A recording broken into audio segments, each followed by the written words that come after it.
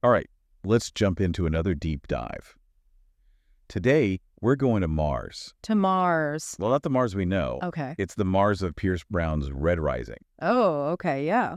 So we're dealing with sci-fi, dystopia, and a little bit of fantasy, too. Sounds intense. It is. And to guide us, we've got a whole stack of Goodreads reviews. Ooh, listener perspectives. I love that. Exactly. So we're going to unpack those and see what secrets we can uncover in this crazy world. Awesome. And, Red Rising makes you ask some tough questions. Like what? Well, how far would you go for justice? Could you become almost as ruthless as the villains? That's a tough one. It is, and this book really forces you to confront that. Right off the bat, what grabs you in Red Rising is the caste system. Oh yeah, the colors. Yeah, it's totally rigid. Your color is your destiny, basically. And at the very top, we've The got, golds. of course. They're like the elite. They literally have gold in their veins. This is wild. And then you've got the reds. Like Darrow. Yep, Darrow, our main guy, stuck working as slaves underground, mining helium-3. The fuel that powers everything. Exactly. It's such a crazy contrast, right? Because the Reds think they're terraforming Mars. Yeah, for future generations. But it's all a lie. Total deception. They're clinging to their songs and dances, this strong sense of community. Makes you wonder, though. What's that? Is it genuine? Or is it like a coping mechanism? Almost like Stockholm Syndrome. Yeah. Is it possible to find joy in a system built on a lie? It makes you think. And it gets even more complex when you factor in the other colors. Oh yeah, the rest of the spectrum. You've got the grays, the soldiers, basically enforcing the gold's rule. Keeping everyone in line. Then there's the whites, the philosophers. They're supposed to be all about justice and order. Maintaining balance, huh? Right. And then there are the pinks. Dedicated to pleasure and service. Wow. Yeah, that one's kind of a head scratcher. It makes you think about control and escapism in this brutal world. For sure. Oh, and we can't forget the silvers. They're the ones keeping the whole machine running, right? Yeah, finance, logistics, the gears in the system. Right. So each color has its place, but it's clear this system is built on exploitation. Absolutely. The reds are literally dying for a lie. And that's where Darrow's story really kicks off. He starts out as a skilled miner, deeply in love with his wife, Io. And their love is so beautiful, so pure. But then Io gets killed for singing a forbidden song. It's a turning point for Darrow. It sets him on this path of revenge and revolution. It's like all that grief and anger becomes this driving force. And what's interesting is that Darrow doesn't just lash out. He's got a plan. Right. He's chosen by these rebels to infiltrate the golds. Talk about going undercover. It's a total transformation. They modify him genetically. They basically turn him into a weapon. His body, his mind, everything gets honed to be as sharp as any gold. But some readers think Darrow's too perfect. Like a Mary Sue. Yeah, like he's good at everything effortlessly. But for me, it's the internal struggle that's interesting. Totally. He's torn between revenge and his conscience. He's afraid of becoming the very monster he's fighting. It's like he's constantly asking himself, do the ends justify the means? Would you be able to hold on to your humanity in that situation? That's the question. And it gets even more complicated with this intelligence tonic they give Darrow. Oh yeah, like brain-boosting drugs. Yes, exactly. And it makes you think, what if we could all just pop a pill to get smarter? What would that mean for natural ability? For fairness, would you take it if it meant achieving your goals? What would be the cost? These are the kind of dilemmas Red Rising makes you grapple with. And it doesn't let up when Darrow gets to the Institute, the Gold's training ground. It's brutal. Basically a gladiatorial academy. Houses named after Roman gods, these crazy competitions, rules that nobody seems to understand. It's like a twisted Hunger Games. Where the goal is to become ruthless. Just to survive. And think about it. These are teenagers. Thrown to the wolves. Exactly. Designed to break them, mold them into golds. And then there's the Jackal. Oh, don't even get me started on him. He's intense. He's chillin' to gain an advantage in a competition.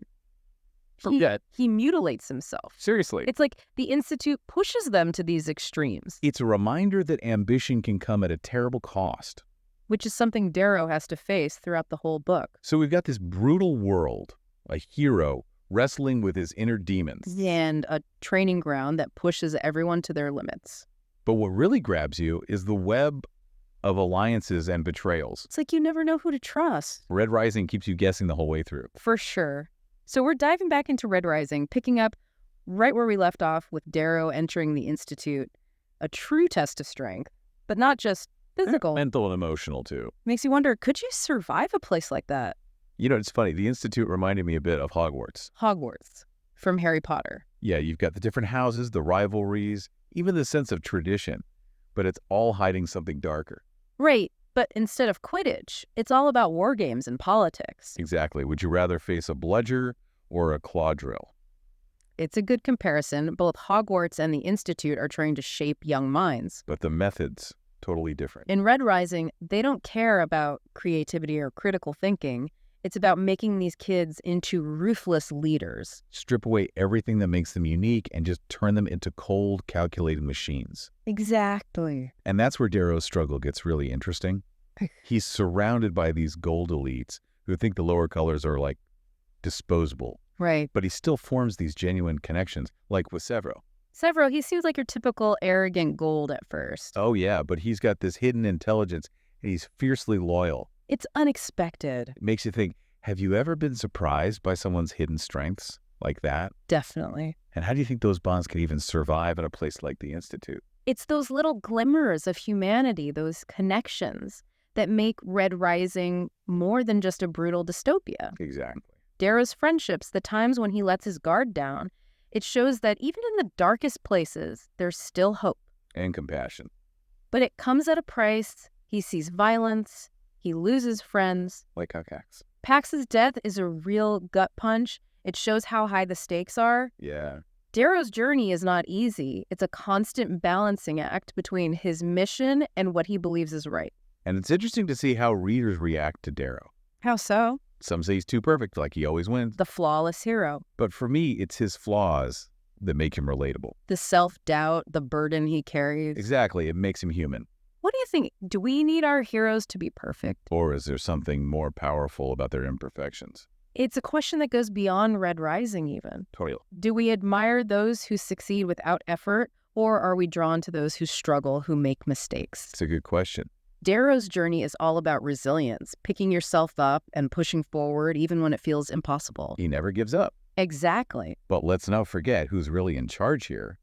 The puppet master behind the whole institute. The proctors. Yeah, they're always watching from Olympus, this floating mountain that shows just how powerful the golds are. Like the game makers in the Hunger Games. Totally. Manipulating the students, setting these crazy challenges. Deciding who lives and dies. There's got to be a lot of pressure for those students. It creates this constant paranoia, never knowing who to trust. Or what's coming next. The Institute wants to create soldiers who are tough. Physically and mentally. Right.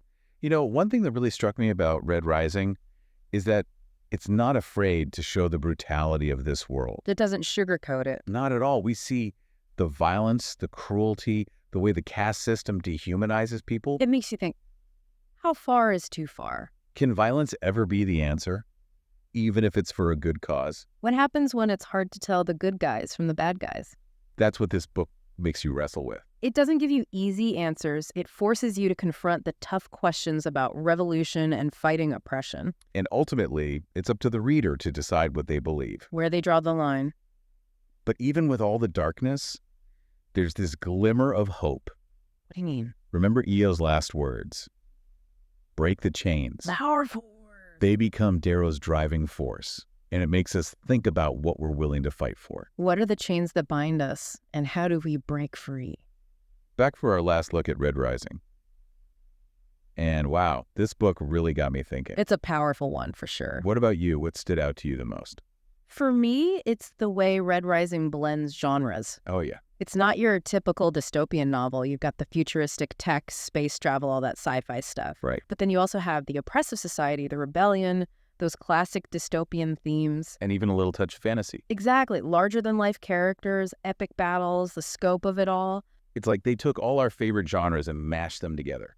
And the result is this incredibly rich world that you just get sucked into. I saw one reviewer call it Orwell's 1984 meets Brave New World. With a dash of Game of Thrones. Exactly. And that seems to be what hooks a lot of readers. The fast-paced plot, the twists and turns. The action keeps you on the edge of your seat. One reviewer even called it an emotional roller coaster. Definitely. But it's not just about the action. There's also a surprising amount of depth and beauty in the way Red society is depicted. I was going to say that. Their songs, their dances, their sense of community, it adds this layer of humanity that you don't always see in these kinds of stories. I know, even though they're living under this brutal system, they haven't lost their spirit. And that brings us back to Eo's forbidden song. Those words break the chains. So powerful. It shows how language, art, they can be tools of resistance. Even in the darkest times. Even when everything seems hopeless, stories and songs can give people hope. They can fuel a rebellion. It makes you think about the impact of words in our own world. How so? A powerful speech, a protest song, even a tweet. They can all spark change. They can start movements. And Red Rising takes that idea and runs with it. It shows how language can be used to control, but also to liberate. It makes you realize how carefully we should choose our words. Because they have power. So as we wrap up our deep dive into Red Rising, I want to leave you with this. What's that? This book might be set on a future Mars, but the themes it explores are incredibly relevant to us, right here, right now. Oh, absolutely. It makes us think about the systems we live in, the inequalities, the choices we make when faced with injustice. Are we just accepting things as they are? Or are we questioning, challenging, fighting for something better? Red Rising is a call to action. It reminds us that we all have the power to break the chains that bind us. To rise above the limitations. To create a more just world. Thanks for joining us on this journey. Until next time, keep diving deep.